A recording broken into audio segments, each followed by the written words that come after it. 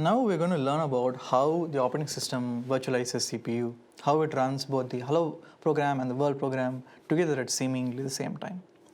So the principal idea behind this is something called limited direct execution. So let me actually walk you through this idea, right? So if we look at my the iPad, we actually have one processor.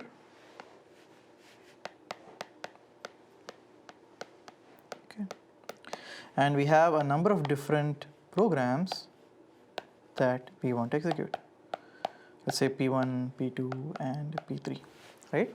Now, the basic idea is we want to run P1 for some amount of time, and then we want to stop, and then we want to run P2 at some amount of time, and then we want to run P3 on the same processor. So this is basically time sharing, right? So we are going to very quickly change from P1 running, from P2 running to P3 running, and so on, right? Now, what time sharing really takes advantage of the fact is that humans have a limited attention context, right? So what do I mean by this? So we can perceive change on your computer screen in sort of like limited quantities. So for example, if your computer or your operating system was changing what was being shown to you on screen, let's say like within a millisecond, people wouldn't actually notice what is going on, right? So movies that we see usually are like 30 frames per second. So that's really the point at which the human eye can then see, oh, there's something different that's going on. Now, the machine itself, can run at much higher speeds. So, in time sharing, what essentially happens is that you run P1 for some small amount of time, and very quickly, within microseconds, which is 1/1,000,000th of a second, in a few microseconds, you're going to stop P1, and then you're going to run P2, and then you're going to run P3, and so on. So because all this change happens really fast, when we're looking at the screen and we're looking at the hello program and the world program, it seems to us as if like hello and world are running at the same time. But what is really going on is that hello is running, then it's paused, and then the world is running, it's paused, and so on and so forth. But as human beings, we can't really differentiate between the fact that it's being time shared on the same processor versus the things that are actually simultaneously running. Right? So this is the basic principle. We're going to time share the one processor that we have among the different different processes or programs that we want to run. Right. So one other reminder of the terminology here, a process is basically a unit of execution. So in our examples, when we compiled the MEM program or CPU or IO, when we ran them, each one of them is a process. When we say program in this terminology, that is actually the code that we wrote that gets compiled into what we call an executable, something that could be run on the processor. And when the the executable is run, the living entity is called a process. So to actually sort of make that concrete, you write code that becomes a program. You compile it, it becomes an executable. You take the executable and then you run it, and that's a process. And you can run multiple processes at the same time. And that's really what time sharing does. It runs one process at a time, and then stops, and then runs the next process, and so on and so forth. And so that's really time sharing. And if you think about it, there's a lot of details that we have to get right to get this sort of basic idea working, right? For example, when we run a process, is the OS running at the same time? Or are they both running at the same time? How can the OS control and stop P1 when it wants, right? So there's a security aspect to it. Another one is performance, right? So if we keep interrupting these processes all the time, how do we get good performance? Is this bad for performance? So the solution to both of these problems is what we call limited direct execution. Right? So if we look at the iPad, what actually happens here is that so this process P1, and then that executes for a time on the processor, and then in between there is the OS. right? And what the OS does is that it's going to then choose what to run next. So it could run P2 or it could run P3 and so on, right? The way in which it decides what process runs next is called scheduling policy. So you know, like just as in like let's say a movie schedule, like you are deciding what runs at what time, and you're deciding between different processes. So that's called scheduling policy, and then we'll learn about that later in this course. So every time every time a process finishes running, the OS has to be involved in then deciding what to run next. Okay, and the technique is called limited direct execution.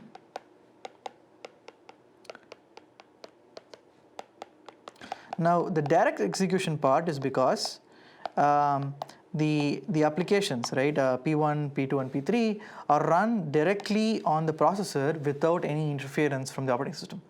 So while P1 is running, the OS is not running, right? So OS has really like no idea like what P1 is doing. So P1 runs, and then like at some point of time, then the OS runs, right? So P1, P2 and P3 are directly executing on the raw hardware. So that's why it's called direct execution.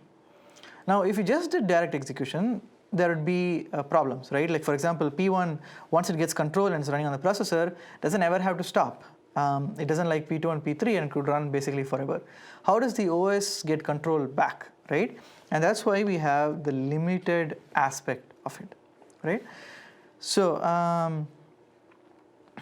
so let me sort of like walk through this a little bit more. The way So the way the OS gets back control is through something called a timer interrupt. So what can happen is that the OS can basically say, let's say every 5 milliseconds, right? And every millisecond is 1,000th of a second. The hardware, right? So this is basically the raw processor sends a signal which says whatever is currently executing has to stop. And once that's stopped, then the OS can run. So for example, P1 runs on the hardware for some amount of time, then we get this timer interrupt. And then at the point of the timer interrupt, then P1 is stopped, and then the OS can run.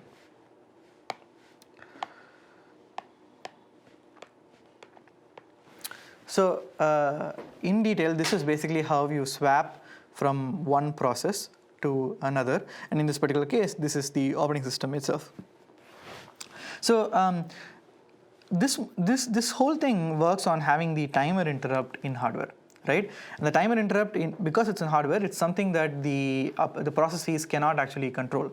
So basically, it's always set up so that like the timer interrupt fires at a regular interval, and then whatever process is running gets interrupted, the OS runs, it then decides like what else to run and so on. So the timer interrupt is basically a security feature. If we didn't have a timer interrupt, then what used to happen back in the day was you used to have a yield model.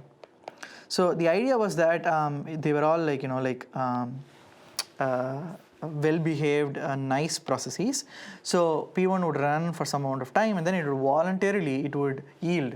It would say, I have used up the processor for some amount of time. Now I'm going to give it to somebody else to use. And and if you have this yield model, you don't need the timer interrupt, because you could run every process for however long it wants to run, and then it would yield to another process. The problem with the yield approach is that if your process is not well behaved, like it's an operating system class, and somebody writes a program that has a lot of bugs in it and just doesn't stop, right? In that case, there would be no way to get control back from that particular process. So it is only for well behaved processes. So because of that, on modern architectures, we always have the timer interrupt, so that we don't need to depend upon the well-behaved nature of a process.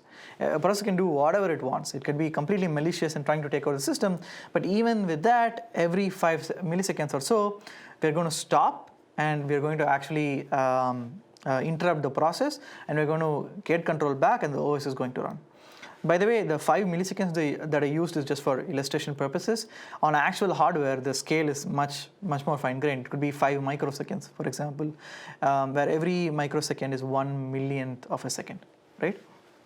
So, so that's basically how control goes from one process to another, and how the OS gets called in between, so that one process doesn't execute forever.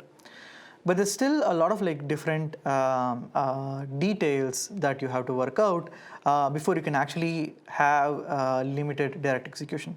For example, one detail we have to work out is something called the context switch.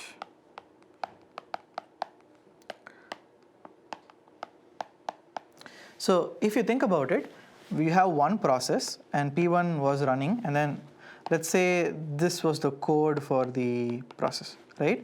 And P1 was running around, and at this point the OS said, hey, timer interrupt, and you have to stop, right? Now when P1 runs again, it wants and it really expects to continue running from this point forward. We don't want to restart P1 to when it initially started, otherwise nothing would be able to make any progress. So you need to be able to save state and restore and continue from that point on, right? So this is taken care of by the context switch part of our system, right? And it's sort of like an important piece which actually makes all of this work. So, so hopefully now I've given you sort of like a high-level picture of like how different processes are shared on the same processor by the operating system. And then next we'll take a look at like context switch and the details of how this actually works.